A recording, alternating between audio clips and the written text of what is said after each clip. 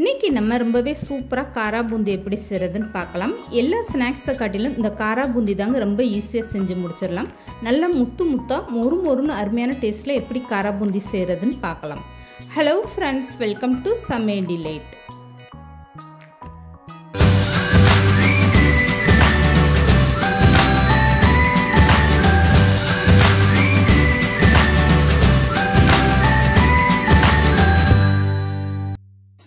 ஒரு அகலமான பாத்திரம் வச்சுட்டு இதுக்கு மேலே ஒரு ஜல்லடை வச்சுக்கோங்க. இதில் வந்து 1 கப் அளவுக்கு கடலை மாவு சேர்த்துக்கோங்க. 3 ஸ்பூன் அளவுக்கு அரிசி மாவு சேர்த்துக்கோங்க.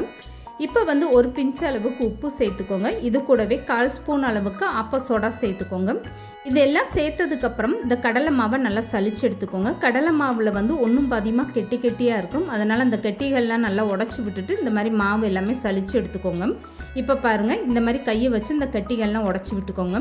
இப்போ மாவு எல்லாமே நல்லா சலிச்சு எடுத்தாச்சு. இதுக்கப்புறமா இந்த மாவுக்கு தேவையான அளவு தண்ணி கொஞ்சம் கொஞ்சமாக ஊற்றி நீங்கள் கலந்து எடுத்துக்கோங்க.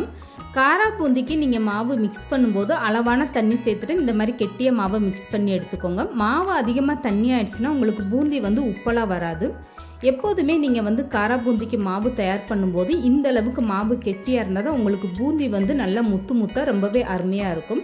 இப்போ வந்து காரா பூந்திக்கு மாவு ரொம்பவே சூப்பராக தயாராகிடுச்சு பாருங்கள். 1 கப்பு கடலை மாவுக்கு 1/2 கப்பு தண்ணி எடுத்துட்டிங்கன்னா இது வந்து கரெக்டான அளவாக இருக்கும். இப்போ வந்து காரா பூந்திக்கு ரொம்பவே சூப்பராக மாவு தயாராகிடுச்சு பாருங்கள். கரண்டியில் நீங்கள் இந்த மாதிரி கை வச்சு எடுத்து பார்த்தீங்கன்னா மாவு இந்த அளவுக்கு நல்லா கையில் ஒட்டணும். மாவு இது வந்து கரெக்டான ஸ்டேஜில் இருக்குது. இப்போ வந்து காரா பூந்தி எப்படி பொரிச்சு எடுக்கிறதுன்னு பார்க்கலாம். இப்போ காரா பூந்தி பொரிச்சு எடுக்கிறதுக்காக வீட்டில் இருக்கக்கூடிய இந்த மாதிரி கரண்டி நான் எடுத்திருக்கேன். எண்ணெய் வந்து நல்லா சூடானதுமே இந்த மாதிரி கரண்டியில் நீங்கள் மாவு எடுத்து விட்டுட்டு இந்த மாதிரி கரண்டியை லேசாக மேலே தூக்கி பிடிச்சிக்கோங்க. இந்த மாவு வந்து ஓட்ட வழியாக உங்களுக்கு இந்த மாதிரி நல்லா விழுகும்போது பூந்தி வந்து நல்லா முத்து முத்தாக ரொம்பவே சூப்பராக வரும். இப்போ பாருங்கள், பூந்தி வந்து நல்லா முத்து முத்தாக அருமையாக வந்துருச்சு. இதுக்கப்புறம் நீங்கள் ஸ்டவ்வை நல்லா மீடியமாக வச்சுட்டு இந்த காரா பூந்தியை பொரிச்சு எடுத்துக்கோங்க. மாவு நீங்கள் எண்ணெயில் சேர்த்ததுமே ஸ்டவ்வை மீடியமாக வச்சுட்டு இந்த காரா பூந்தியை பொரிச்சு எடுத்துக்கோங்க. காரா பூந்தி வந்து நல்லா உங்களுக்கு இந்த அளவுக்கு செவந்து வரணும். அப்போ தான் நல்லா கிறிஸ்பியாக இருக்கும். இப்போ பாருங்கள், எண்ணெயில் இருக்க சலசலப்பெல்லாம் அடங்கி காரா பூந்தி வந்து நல்லா செவந்து வந்துருச்சு. இதுக்கப்புறமா நீங்கள் ஸ்டவ்வை நல்லா குறைச்சி வச்சுட்டு இந்த காரா பூந்தியெல்லாம் வெளியில் எடுத்துருங்க. இப்போ மீதம் இருக்க எல்லா மாவும் இதே மாதிரி நீங்கள் காரா பூந்தியை பொரிச்சு எடுத்து வச்சுக்கோங்க. இந்த காரா பூந்தியில் இதுக்கப்புறம் இப்படியே நீங்கள் மசாலா பொடி சேர்த்துட்டு சாப்பிடலாம். ஆனால் எக்ஸ்ட்ரா நான் வந்து டேஸ்ட் கொடுக்கறதுக்காக இதில் பொட்டுக்கடலை, பச்சை வேர்க்கடலைலாம் வறுத்துட்டு சேர்க்க போகிறேன். இப்போ இதுக்காக அதே எண்ணெயில் 3 ஸ்பூன் அளவுக்கு பச்சை வேர்க்கடலை சேர்த்துக்கோங்க. வேர்க்கடலை சேர்த்ததும் ஸ்டவ்வை வந்து நல்லா கம்ப்ளீட்டாக குறைச்சி வச்சுருங்க. எண்ணெய் வந்து ஏற்கனவே சூடாக இருக்கிறதுனால இந்த வேர்க்கடலை உடனே நல்லா செவந்து வந்துடும். இப்போ வேர்க்கடலை நல்லா செவந்து வந்ததுமே இதில் 2 ஸ்பூன் அளவுக்கு பொட்டுக்கடலை சேர்த்துக்கோங்க.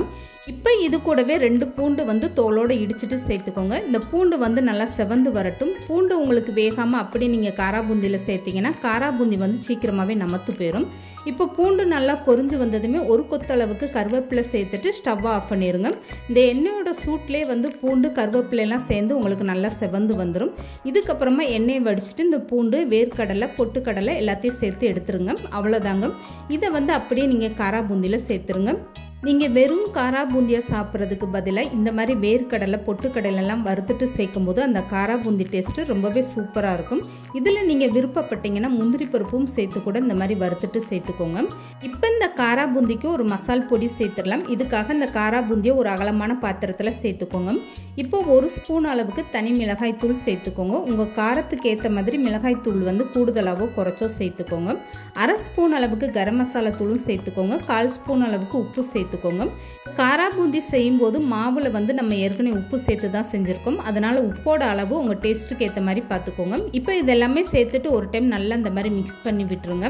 இந்த காரா பூந்தியில் நீங்கள் விருப்பப்பட்டால் 1/4 ஸ்பூன் அளவுக்கு பெருங்காயத்தூள் சேர்த்துக்கோங்க. அவ்வளோதாங்க. ரொம்பவே சூப்பராக அருமையான டேஸ்ட்டில் நம்மளுடைய காரா பூந்தி ரெடி ஆயிடுச்சு பாருங்கள்.